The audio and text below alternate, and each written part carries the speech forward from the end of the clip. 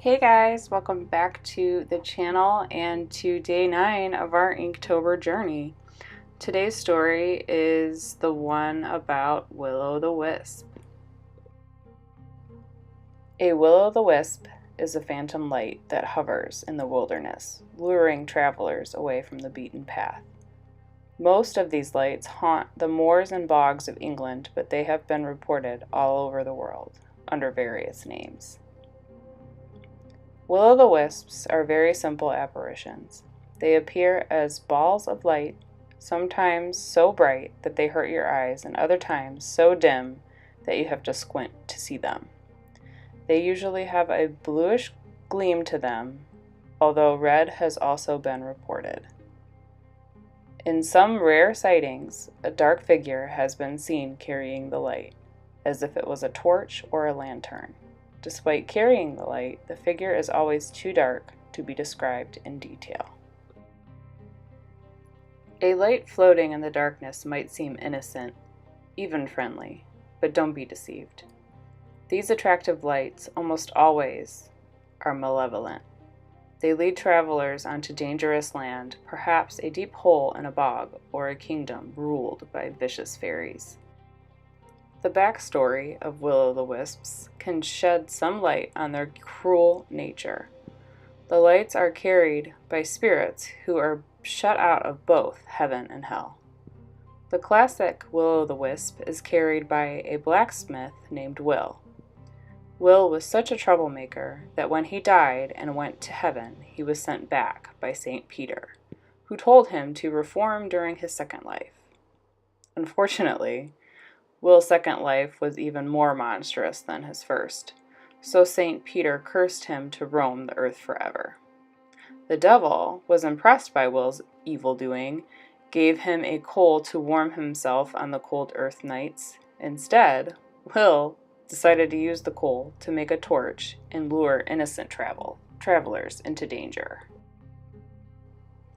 Aside from their ability to dazzle and tantalize travelers, will-o'-the-wisps are also powerful omens. They appear to be able to predict the future, appearing to people before their deaths, or flocking to the site of a tragedy before it takes place.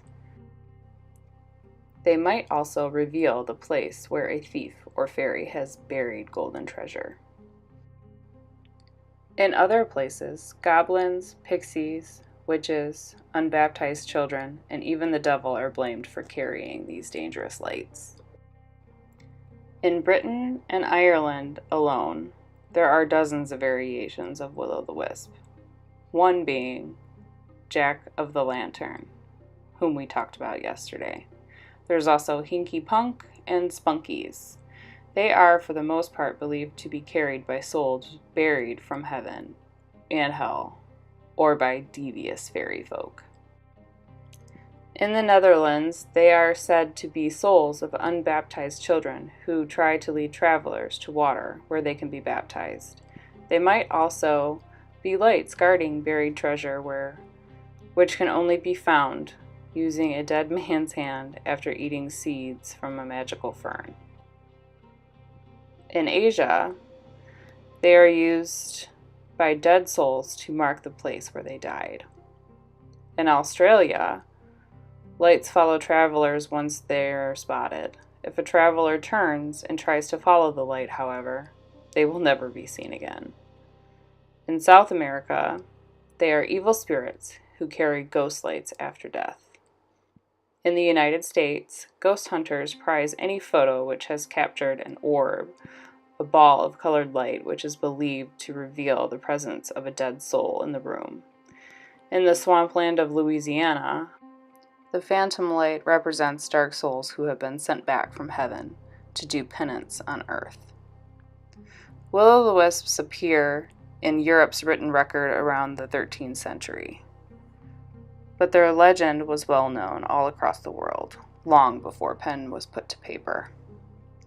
The will-o'-the-wisp has been written into some of history's most influential novels.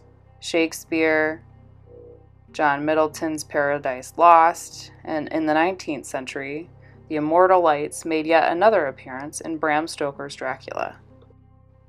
And in the 20th century and 21st century, they appeared in Lord of the Rings, Harry Potter, and let's not forget Disney's movie Brave.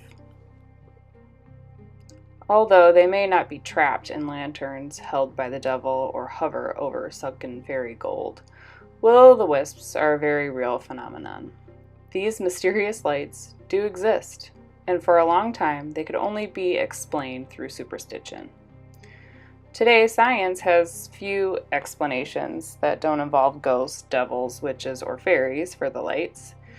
Some scientists believe the light is produced by a type of bioluminescent fungus or algae that grows in marshy areas. Just like fireflies or anglerfish, these plants could undergo a unique chemical process to produce the light. Well, I don't know about you guys, but I am not going to let science ruin the magic of will-o'-the-wisps for me, and I hope you don't either.